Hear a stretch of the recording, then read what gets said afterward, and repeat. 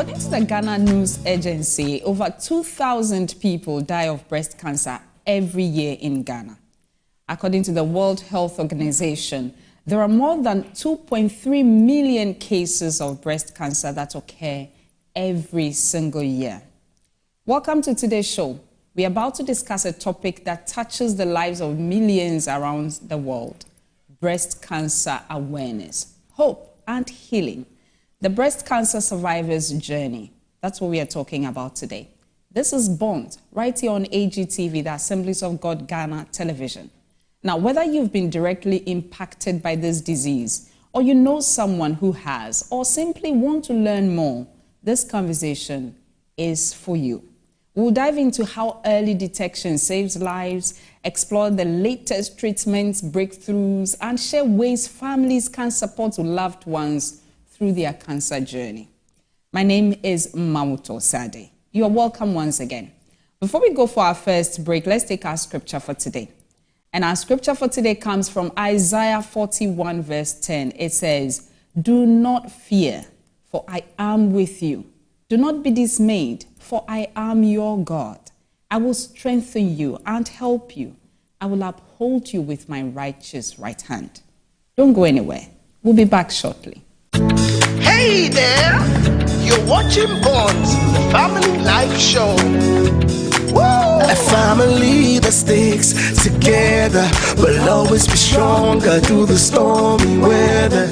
I have you and you have me, and that's what makes us family. It's the family life show. It's the family life show. It's the family life show.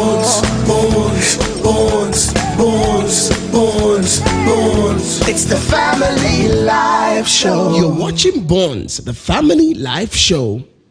Welcome back from that break. Now, if you've just joined us, you're watching Bonds here on AGTV, the family life show that talks about everything and anything that concerns you and your family.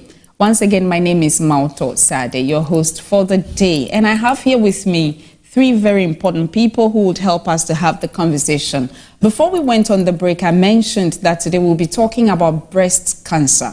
We are creating awareness. We are hoping that information, which is knowledge, will be the saving grace that we all need to be able to either avoid it or help us manage and live a life that is fruitful even with it in our midst.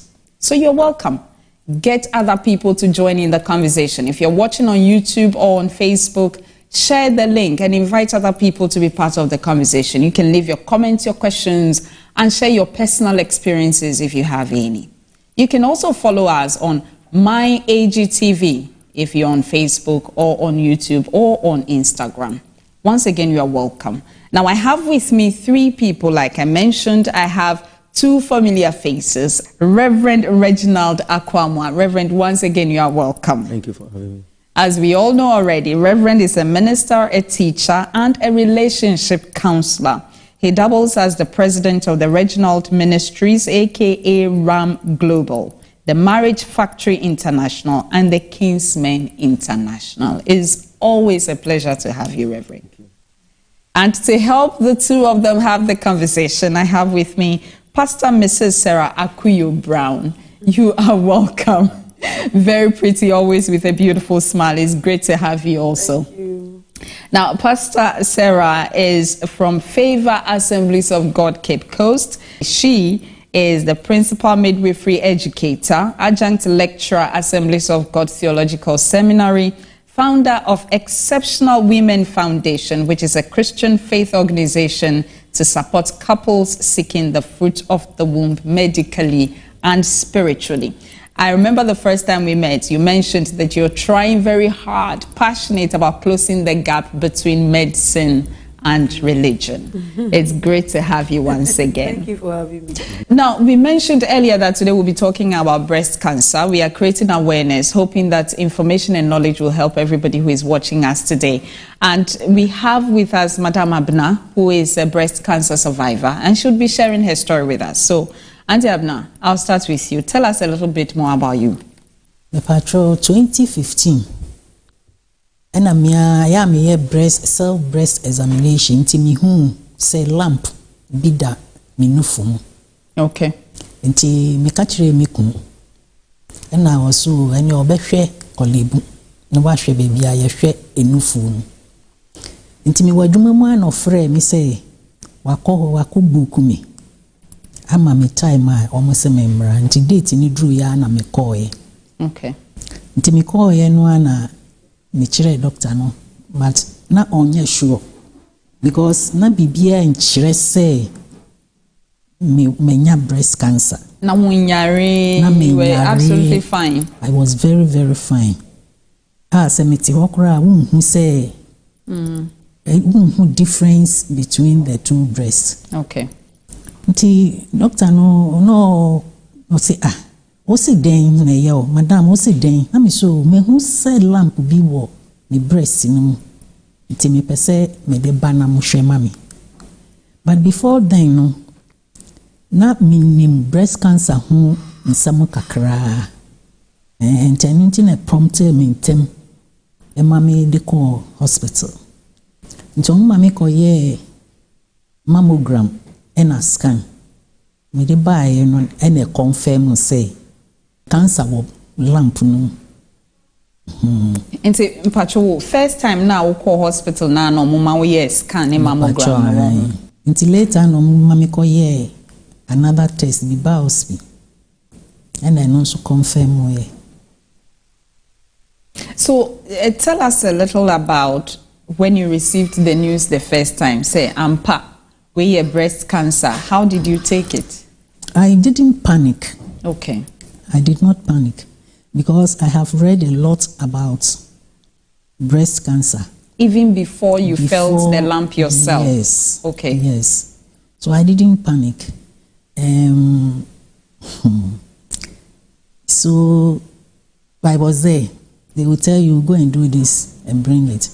So as time went on, they told me that they will have to do a surgery for me. So per what the doctors told you, was it already on a scale where chemotherapy will not be able to treat it? No. Well, I can't say for them. Okay. But to me, they told me that they have to take the breast out before the cancer starts spreading. Right. So I was told that surgery, chemo, and then radiotherapy. It depends on the stage in which you go to the hospital or in which you are detected. Okay. So they can do radiotherapy first, or chemo first, or surgeries. But in my case, the surgery was recommended. Yeah. How did your family receive the diagnosis when you went? Was it difficult to share it with them? No, it wasn't. When I got to, I just told my husband that it has been confirmed that I have breast cancer. Actually, mine wasn't it was in the lump. Okay. It was in the lump. So I told my husband, he said, oh, there's no problem. They will have to do whatever they can do. So apart from your immediate family, was there any other support from outside that knew that this was going on with you and they were able to be there for you? In fact, I did not tell anybody. Right. Nobody knew it. Okay. Not even my sister. My sister had then lost her first son. So she was with us. Okay. But you were still able to keep it from her? Yes, because I didn't want any discouragement. I didn't want anybody to tell me that, hey, do this, or go here, do this. I focused on the treatment at the hospital. So it was only my husband and my son who knew about it. How long did the journey take from the beginning when you were, medically diagnosed to when you were fully declared cancer-free? How long did it take? I can say in about within 6 months. Okay. Within 6 months. So what happened after the surgery? After the surgery, I went through chemo. Okay. Chemotherapy. Right. And then after chemotherapy, I went through radiotherapy. We thank God that eventually you were declared cancer-free. For how long have you been cancer-free? Well, I'm told it's after 10 years. That before you would be declared cancer-free. Yes, oh, yes. Okay. But now I'm almost 9 years. Oh, congratulations. We are almost there. Wow, we thank God so much. Would you say that the experience with breast cancer has impacted your life in any way at all? Positively or negatively? Either way. Either way. Either way. Positively, I will say it has given me the opportunity to be talking to people. Okay. That breast cancer is not a killer disease.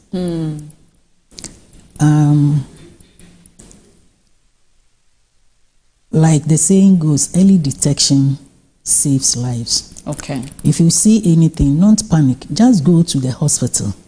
And if you are diagnosed that this is what is happening to you, just allow the doctors to do their job whilst you also pray. Whilst you also pray to God that, God, you are the healer of healers. So heal me through the doctors. And I believe it will be done for you. Yeah. And we are, witnesses of this great testimony that you're right here with us. And if by God's grace, within 6 months, you've gone through the treatments and 9 years on, you're still here with us testifying to his glory. We give God all the glory. I mean, let me come to you, Pastor Sarah. Out of the 4 of us, you are the most, let me call you the expert on this particular issue. Right. What is breast cancer to start with? Cancer is basically abnormal division of the cells. Okay. So the cells that we have in our tissues in our body, when they are abnormally growing or dividing in excess as they are supposed to, that is basically cancer. So cancer is not anything different. It's the cells that are abnormally misbehaving. Then it will spread, those excesses spread to other organs. And then, so cancer can affect any part of our body. Okay. Any parts, cancer of the skin, cancer of the throat, cancer of everywhere. And then our emphasis this month is cancer of the breast. Yes, so it's just the breast tissues or the cells found in there that are abnormally misbehaving. And then it becomes a little worry when they overgrow and they find itself affecting other structures on the body. That's where the threat comes in. Yes. Auntie Abna mentioned that she detected a lump in her breast. And so I'm going to focus on that. Is it to say that every cancer, especially if it's of the breast, will begin with a lump? No. No. Sometimes you might not feel the lump, but there are other symptoms. Okay. So you have sometimes tingling sensations in your breast. The nipple will get indented, or sometimes you get some discharges from the nipple. There will be some sore. You'll find some dimpling. Sometimes there will be some depressed part. When you observe the 2 breasts, anatomically, one is bigger than the other. Just like our feet, isn't it? Yes. One is bigger than the other, but it's not so obvious. Okay. When it becomes so obvious that then sometimes the skin changes. Your skin color. So you are fair skin, but you observe your breast and realize that this part there's some discoloration. Yeah, so we can't mention all the signs and symptoms, but what we are saying is that as a woman, know yourself. Okay, so that if anything abnormal is happening, you'll be able to detect Know yourself, stand in the mirror, don't be shy of your own body. Stand in the mirror, take off your clothes, raise your hand, go to YouTube and just type self-breast examination. There are videos online. Watch them, stand in the mirror, raise up your hand. Sometimes it might not be on the breast, sometimes your armpit. Because some part of the breast anatomically extends to the armpit. We call it the axillary tail of Spence. or the tail of the breast. It goes to your armpit. Sometimes when you examine the breast, you will not feel anything, but you go to the armpit, there will be something there. There will be something there. Yeah, so raise your hand high and then examine from your armpit. Observe the skin. Is there any changes? Is there any retraction of the nipple? Can I see any sore when you squeeze? Is there any discharge? What is the color of the discharge? Is it blood coming out? Do you see any depression inside of the breast? Is one bigger than the other? How is the shape looking like? Is the nipple trying to curve itself to one side? So any slight change you see, go to the, it's better you go, they tell you it's nothing than for you to think, wait, this one yes she. The air can say, bosumi breast cancer, who de roni ebo. Iti uwe AGTV, se see afro unia, emeku ni or baby so unti see se breast cancer yarea dorsal. Kane no ne ehunu say sunsumu yare na de habandro ye e say doso nti no ye besre se hu insisa kakra bi wo nufu mu a wonte ase afa kono mo hwe na anamontuo bi wo ho a megidi se ebeboa. Let me come to our chief counselor for a moment. I'm enjoying them. The counselor of counselors. You know, the counselor of counselors. I mean, you can feel in the environment, in the space, that this is a very heavy subject to talk about. And that is precisely because of what Pastor Sarah said a moment ago, the perception of what breast cancer is and probably how dangerous it is and how much of a killer it is what has made it, you know, people shy away from even talking about it. And we will quickly do, God forbid, when it comes. You know, I'm going to ask you a series of questions, but the first thing I want to ask is, what do you suppose spiritually and emotionally our outlook to breast cancer should be as a people? As Christians, it is important for us to look at it this way. The Bible says this body is the temple of God. Now, we are not only supposed to take care of it spiritually, we're also supposed to take care of it physically. You know, so even as a Christian, when you get to a place that you don't really have an understanding of your body, you need to begin to question it. You know, now one of the things about me is that I don't hate okra, but anytime I eat okra, I spit a lot. So I don't like eating it. You understand? It is a language of the body, my body, telling me this. You know, so as Christians, now, just like you said, all this, God forbid, and all those kind of things, we need to be very careful. I am a strong believer in the issue of faith, believe in everything that God has said, you know, but I'm also a strong believer in the place of foolishness in dealing with faith. So it is important for us to know this, that when a challenge comes in your body, there are people who have been schooled to understand what the body languages are. We call them medical persons, you know. So if we have these medical persons in the church, we need to make use of them. That's it. They are not just there because they are Christians. God did not just allow them to give their life to him because maybe they were wasting away in the world. No. Their salvation, as part of their salvation, is their career. That is their service to the fold. You know, so we need to utilize them. You know, and then we come to the understanding, no, it is not everything that the pastor knows.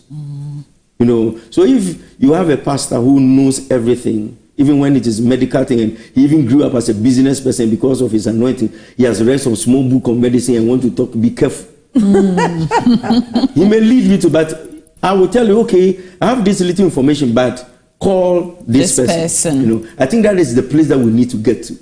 Yes, we need to have the solution. We'll come back to that conversation in a bit. We'll be back after this short break. Don't go anywhere. You're still watching Bonds. It's the Family Live Show. You're watching Bonds, the Family Live Show. For every moment you need to be inspired. You cannot be prayerfully alive, and Satan will get you easy. Vision without action is an omission. Raise your head high, for AGTV is here. It's the Family Live Show. This is Bonds, the Family Live Show. You're welcome back from that break. If you've just joined us, you're still watching Bonds here on AGTV. This is the Family Live Show.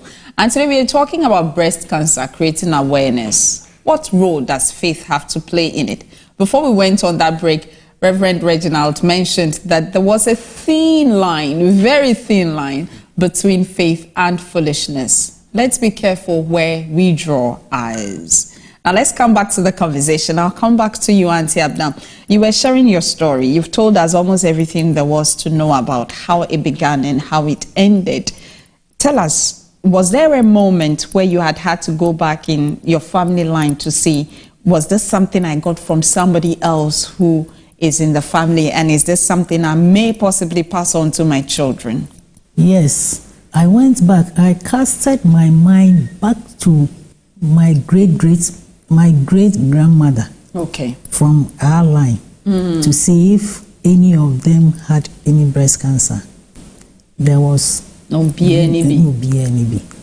So I went to my aunties to ask them that, oh, na mama, obinya breast cancer and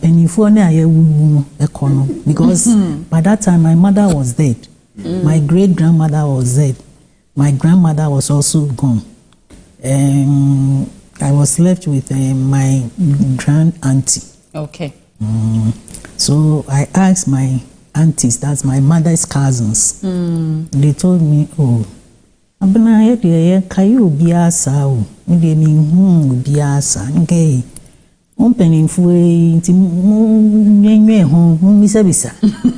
Just to make sure. But they told me there was nobody in the family who got breast cancer. Let me come to you, Pastor Sarah.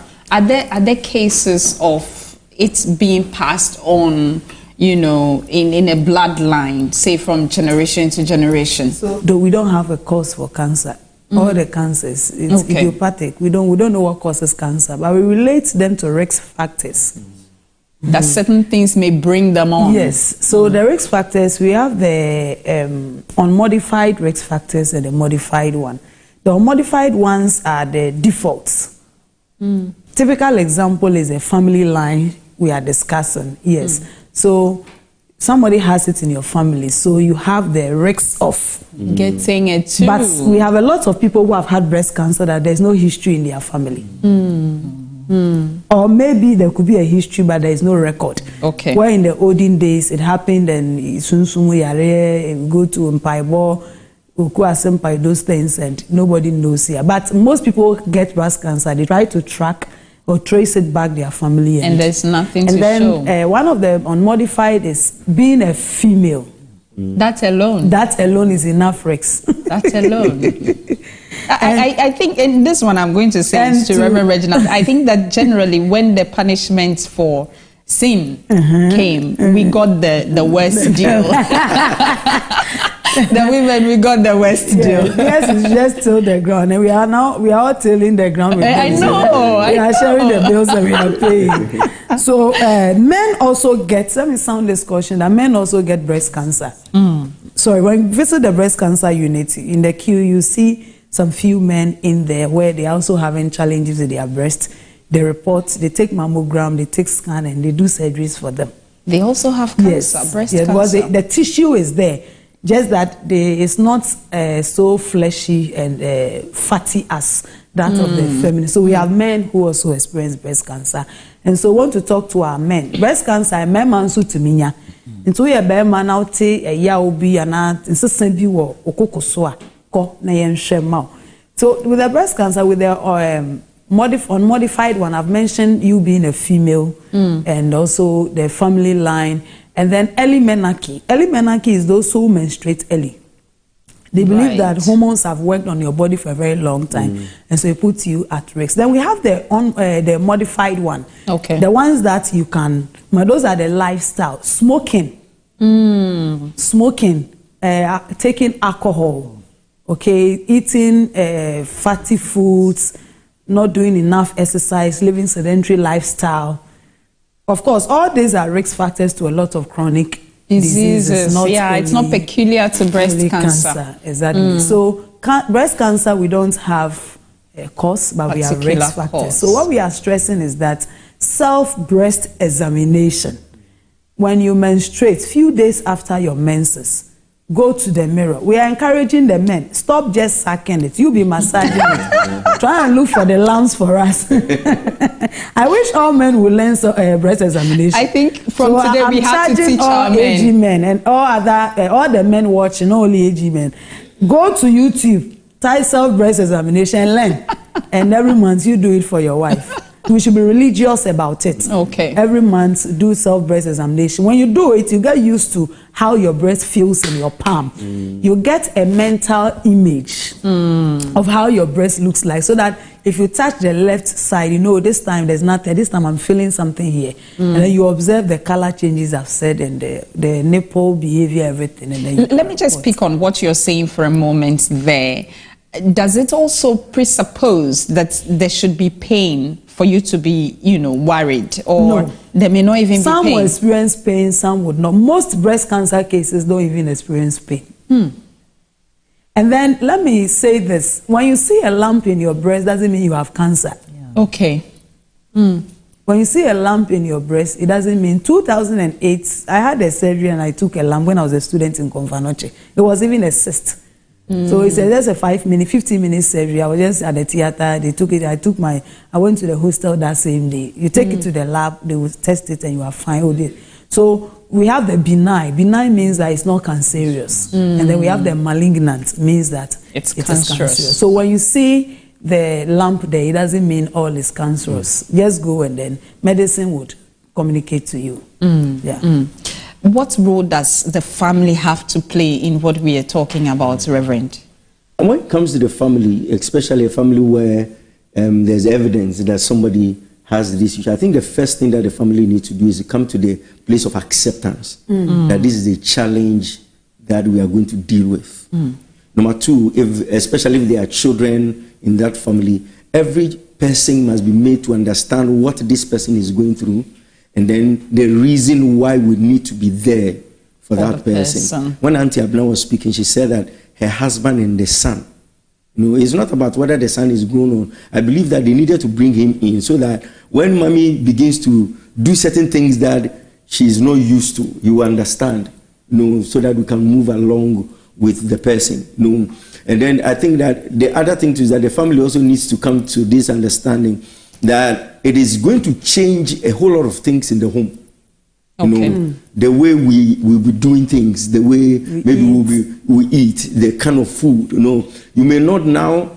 You maybe before you used to have choices, but now because of this person who is having this challenge, it becomes our challenge. We have to adjust. We have to, all of us need to adjust. Challenge. It's not the person's challenge. So if because of this person, now in the morning, maybe we need to take, let's say, cocoa that we are not used to because of this person. When we come to that understanding, it is our challenge, we are helping this person run through, you'll be surprised that even the pressure on the person who is going through that even diminishes, because even the person knows that I am not in this thing alone. As a family too, we also need to be careful how we talk around this person. Okay. By the time we begin to say things that will bring this person into depression, we are not helping that person.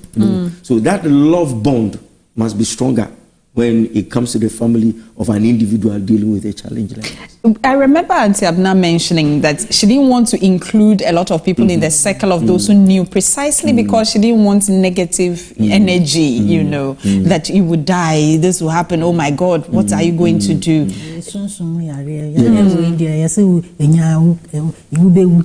Even last minute that I had to tell my sister.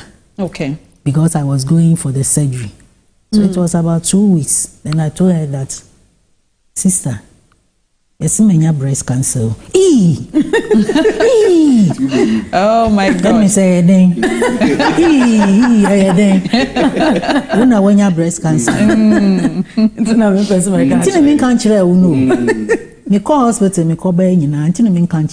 Isn't that because there is not enough information out there? I have a very close daughter of mine who we are so close that the day I heard about her incident of breast cancer, she has gone to the hospital for about 7 months. Wow. Gone through, they cut everything before she was finally telling me. When she sent me a picture of the scar, That was the day I had a new understanding of how we need to deal with our women. It was so scary.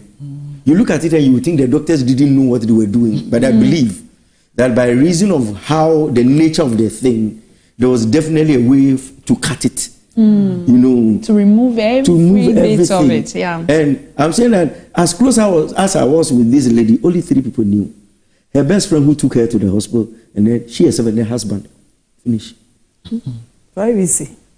No, I think it is very important. No, because like the way I'm saying, somebody's talk may actually put you down. May put you down. You may even not want to go into it. They now going to tell you other people who went and what happened to them and what didn't happen to them and all manner, and use this one and don't use that one. And before you realize, you are so confused. You don't even know what to do. That brings me to my next question, Pastor Sarah. How important is it when it comes to early detection in the cases of breast cancer? When you observe your breast and you see any slight change, report early. When you report early, they are able to trap it. So when Aunt Abna was narrating her story, they said that the cancer cells were just in the lump. Yeah. Yes, the doctor would have just decided, so then let me just take the lump and leave your breast. But the doctor was trying to play safe. Possibly, it could have maybe affected some tissues that he might.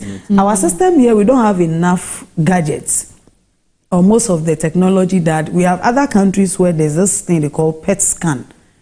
PET scan, I don't know if Kolebu is having it. It's able to detect the cancer cells even at a minute level. But here they don't. The doctor would know. Okay, let me just take the lump, tramnopam. Let's take the breast, so that just so that we are safe. You live for those who depend on you.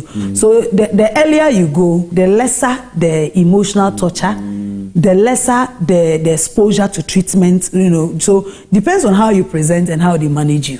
Some of them you even present, they tell you they don't want to even touch it at all. For the attempts of it has too far. It has spread. It has affected the lungs. It has affected the kidneys. It has affected your liver. So it will just do what we call palliative care. Palliative care, and I say, yeah, there, go and see your family, go and write your will. Yeah. And when you are in pain, they give you symptomatic treatment, painkillers. They'll tell you if you want to be at peace with somebody you think you are loggerheads with, go and make peace and they leave you to your fate. That's palliative care. So sometimes they don't want to even touch it at all. They just do some management just to hold you for a while. And that is when they will tell you have this number of months to live. So early detection is the best. You go and then they look at the stage you find yourself. They know how, like she was saying, they can decide to do the chemo first. The chemo is where they give you the cancer drugs. They will give you the injection so that when it goes into, and it comes with side effects. Maybe you allow Auntie Abraham to share some of the side effects. With and us, the how the experience was. The radiotherapy is a gadget. You go to a radiology unit, they put you into the machine, and they allow radiation rays to the site where the cancer is to kill it, to burn the cells, and your skin will change. Even if you go for treatment, the psychological torture is reduced, the cost involved is reduced, the damage is reduced, and the survival rate is increased. Yeah. I love the fact about the damage base because Reverend mentioned a moment ago when he saw the scar, which is to say probably it had gotten to the stage where they had to take even more than they took. I mean, we are talking about breast cancer, we are creating awareness. If you're a lady and you're watching us, this is a good time to start checking yourself. I mean, if you're alone especially, I think it's a great time to go check before we come back from the break. We'll be back shortly. It's the Family Life Show. You're watching Bonds, the Family Life Show. For every moment you need to be inspired. You cannot be prayerfully alive, and Satan will get you easy. Vision without action is an omission. Raise your head high, for AGTV is here. It's the Family Life Show. This is Bonds, the Family Life Show. You're welcome back from that break. If you're a lady and you heard me earlier, I hope you did the check. If you didn't, wait till the end of the show, but be sure to do it. Early detection is key. We are talking about breast cancer. We are creating awareness. Faith and responsibility must go hand in hand. I still have in the studio with me Pastor Sarah Brown. I have with me Reverend Reginald Akwamwa, and I have Auntie Abna, who is a cancer survivor, right here with me. We are having a good conversation, and I hope that almost all of us are learning and picking something out of it, even if you're a man. Remember, Pastor Brown mentioned that men do get breast cancer. So let's all be on the lookout. Now, before we went on the break, we were talking about, people's perceptions on what to do. And I just want us to go back to the idea of stigma and the fact that people don't want to tell anybody around them precisely because they think that people are going to look at them in a certain kind of way. Rev, let's talk a little about that. Thank you very much. Because of the lack of knowledge, especially heavily in the church, when people go through these things, it becomes another thing altogether. People think that there's the place of you understand? It's a curse. It's a curse.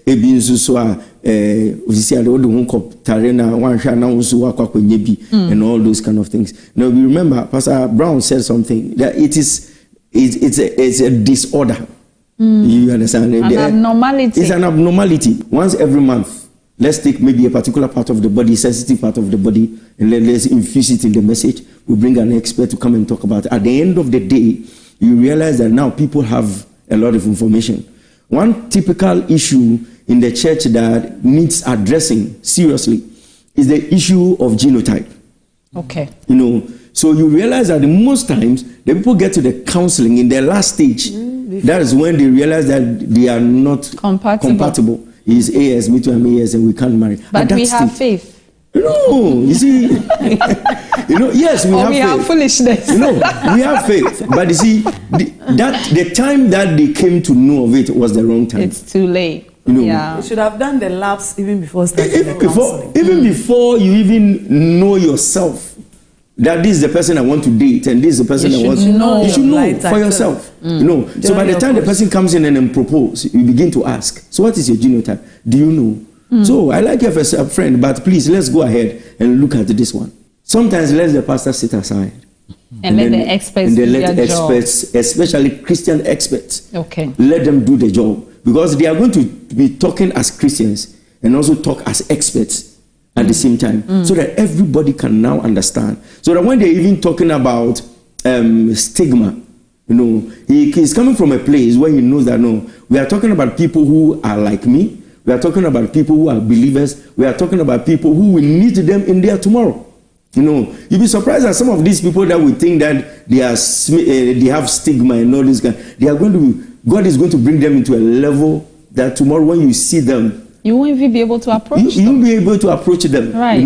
Now, when we look at Auntie Abna right now, she does not look like it in any way. At all. Actually, she says even on the first day, she didn't look like it. She does not look like somebody who has gone through this unless maybe she decides to tell you that this is what when Pastor Brown is speaking, every terminology she mentions it. Now she's become an expert in the so like we say, practice makes somebody perfect. This is a lived experience. Yes, it's a lived experience. We want to plead with our pastors.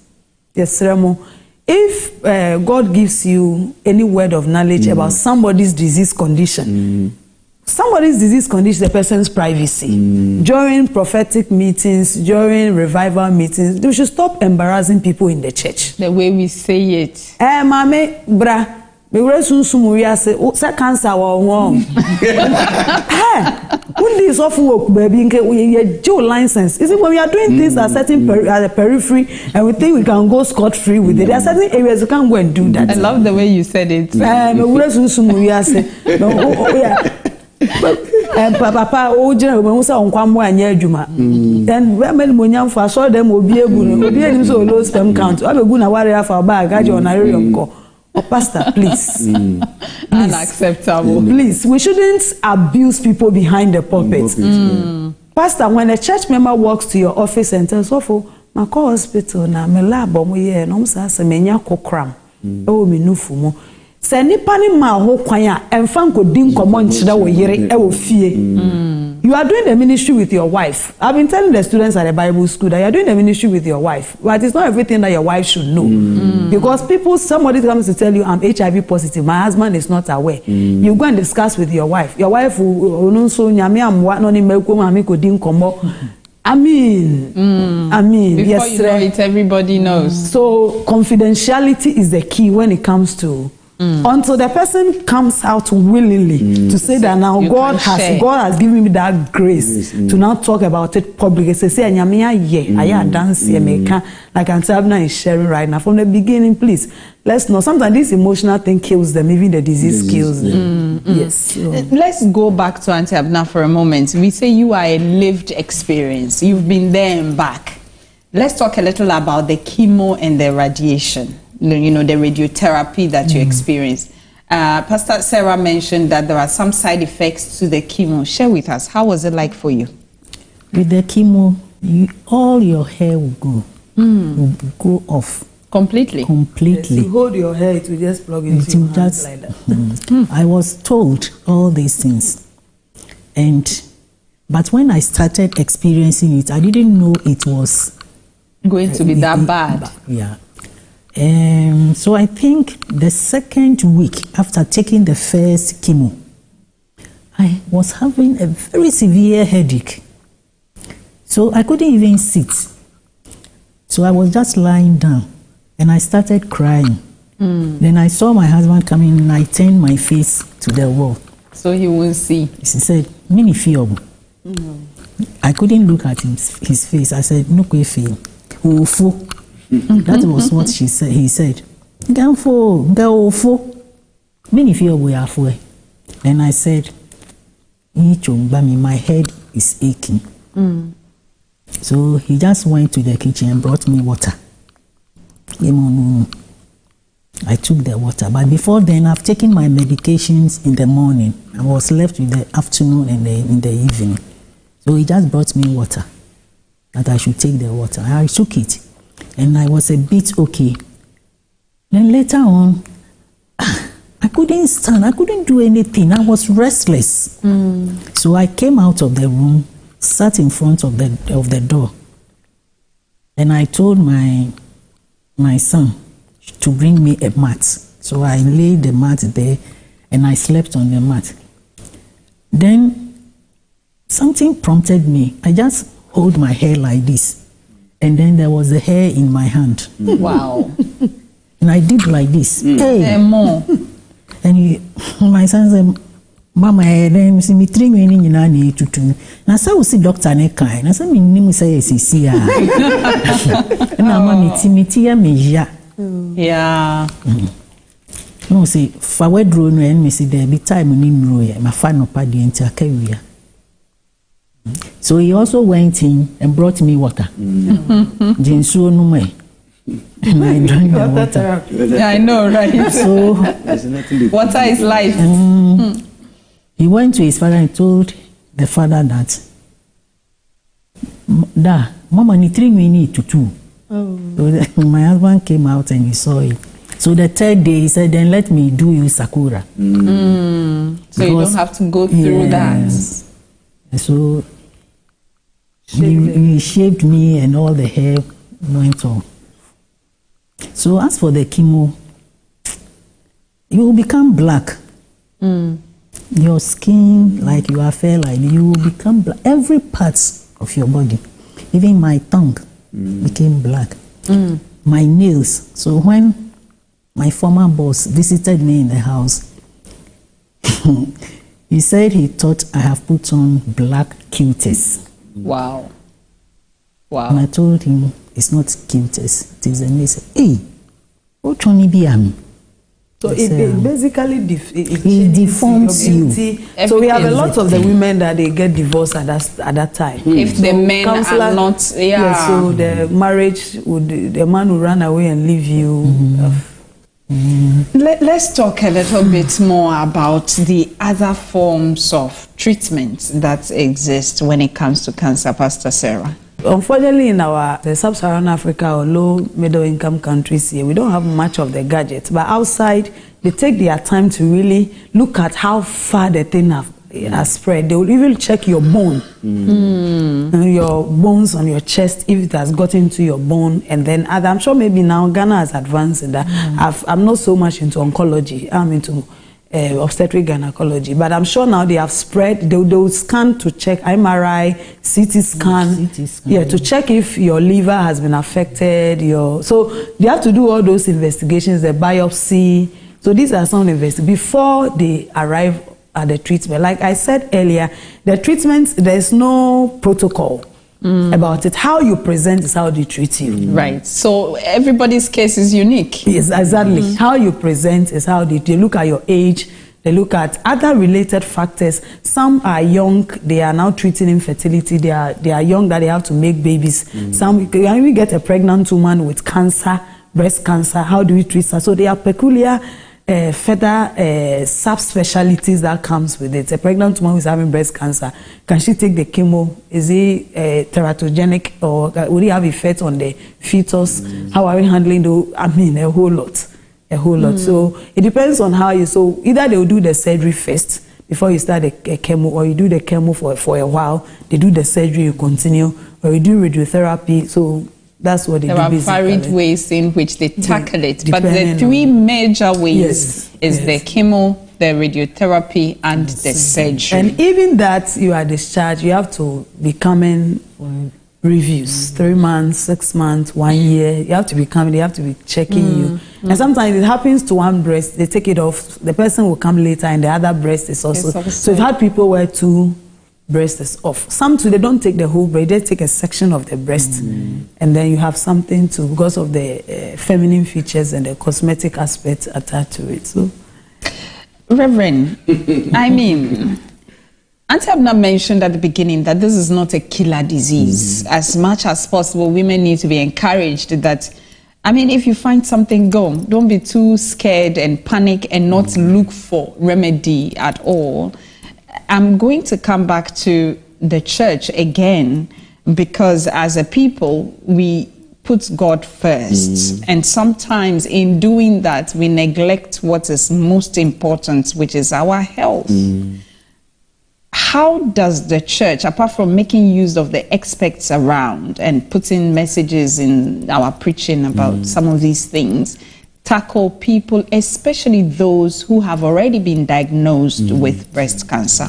I know somebody who went through the mystery of feet washing. You know, the person was, in fact, it was a full-blown cancer. In the hospital, while his bishop was preaching, he said, "Bring me a bowl of water." And all that he could do was put his leg inside and then slept off on the hospital bed. By the time he woke up, the water had turned to like palm wine. And then he just knew that, some new energy. There was no trace of cancer in the body. Amen. All that person needed was a foundation. A message, a foundation to build his faith on. And that was it. It is not all of us that can build on that foundation, because our faith levels differ. If you have taken steps 1, 2, 3, prayed, and then you realize that no, this thing is not working, please go to the expert, go to the medical people. And all my doctor friends, my nurse friends, please, I'll be calling you after this show. Pick when I call. Don't go anywhere. We'll be back after the short break. It's the Family Life Show. You're watching Bonds, the Family Life Show. For every moment you need to be inspired. You cannot be prayerfully alive, and Satan will get you easy. Vision without action is an omission. Raise your head high, for AGTV is here. It's the Family Life Show. This is Bonds, the Family Life Show. You're welcome back from that break. We are still talking about breast cancer here on AGTV. And if you're watching us on Facebook, on YouTube, or on Instagram, remember to like and share the links and the videos. You can also leave your comments, your questions, and share your experiences as well.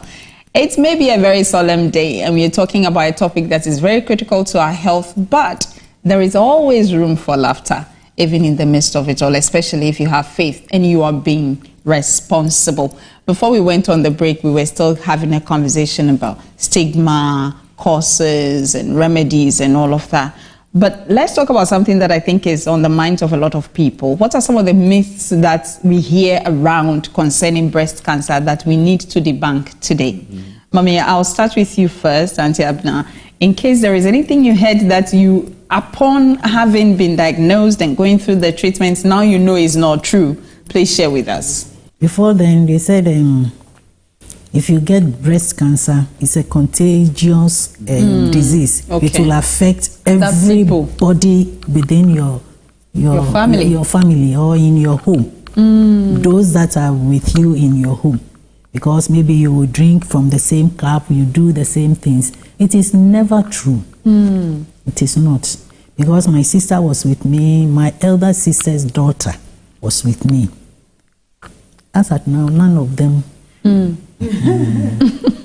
So, Pastor Sarah, just to confirm, you are the medical person. Is breast cancer contagious? Not contagious. Great. Reverend Reginald, anything? I think some of the things that maybe we can call as myth, especially when it comes to the church, is when we have challenges like this and then we demonize it immediately. Say that no me, why you BBB, and all those kind of things. It is not always like that. We are not saying that it is not possible. Okay. It is very possible. You understand?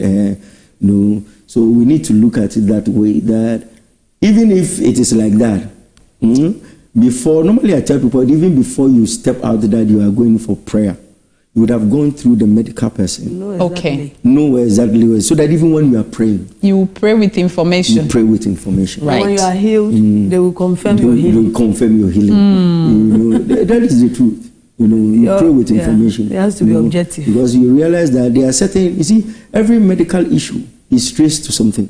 Okay. You know, so sometimes when you need even deliverance, maybe you need deliverance, let's say for a headache, but there's what we can find from the medical person to know that this headache is caused by something else. So instead of praying about that headache, why don't you pray about the root cause? So that is why it is important that even in the Christian circles to go to the hospital, let them diagnose it, so that when you are praying, you pray specifically and target what needs to be dealt with. Yes. Thank you so much, Pastor Sarah. Yeah, concerning the myth, believe that when the men suck breast, you don't get breast cancer. So the sucking doesn't cure breast cancer? No. It's also believed that breast cancer is kafoyare. It's for the rich people.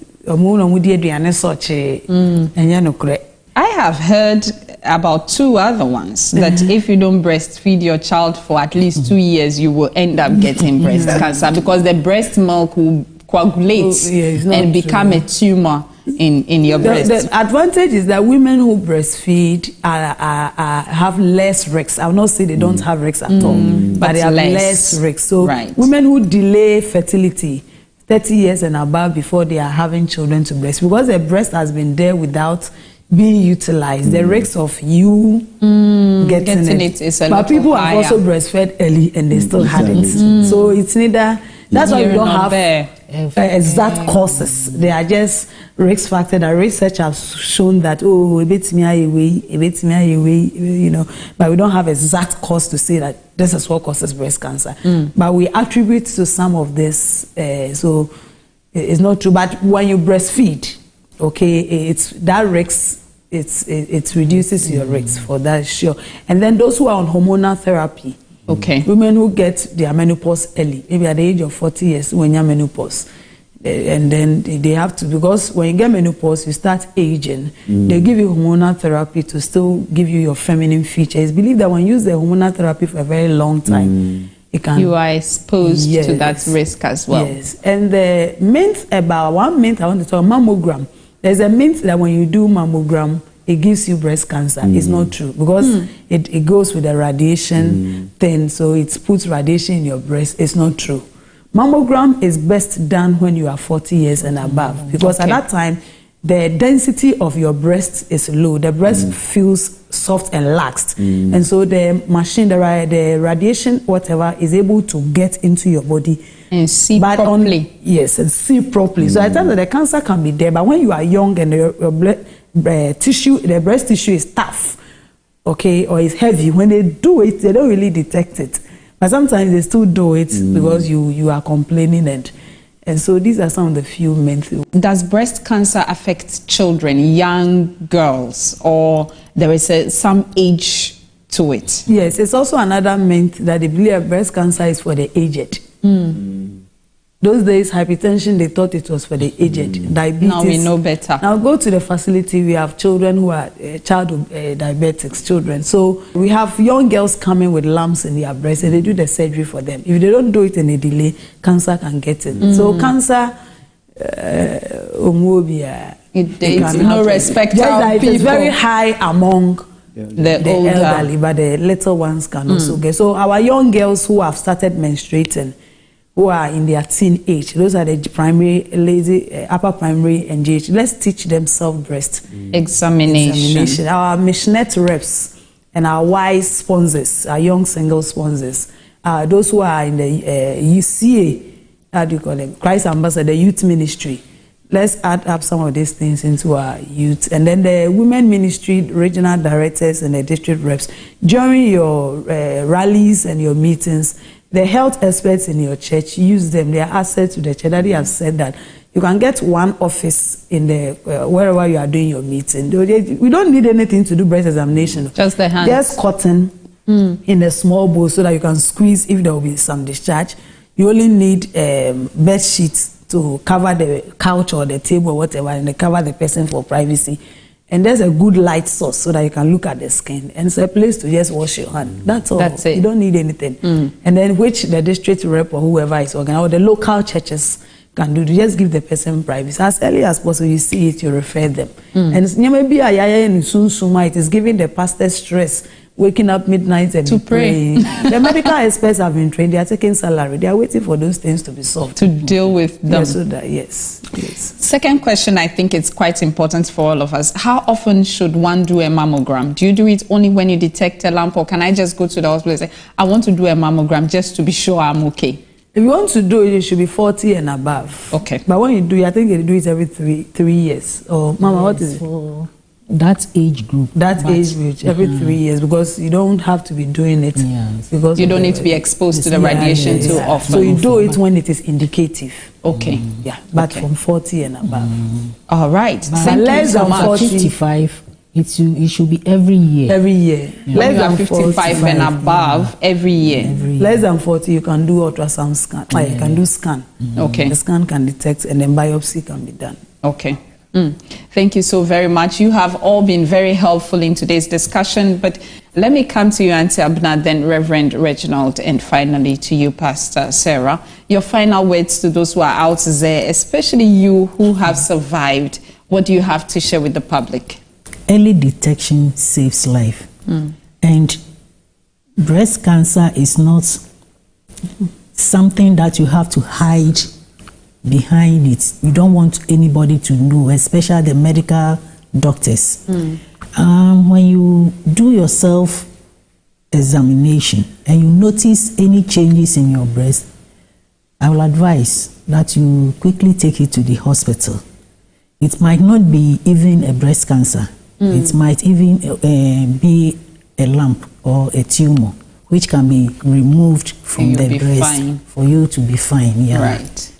Thank you so much, Auntie Abna.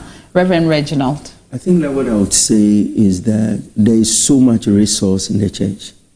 Let's harness it for the good of the church. Right. The careers in the church, they are not just there to come and hear the word of God.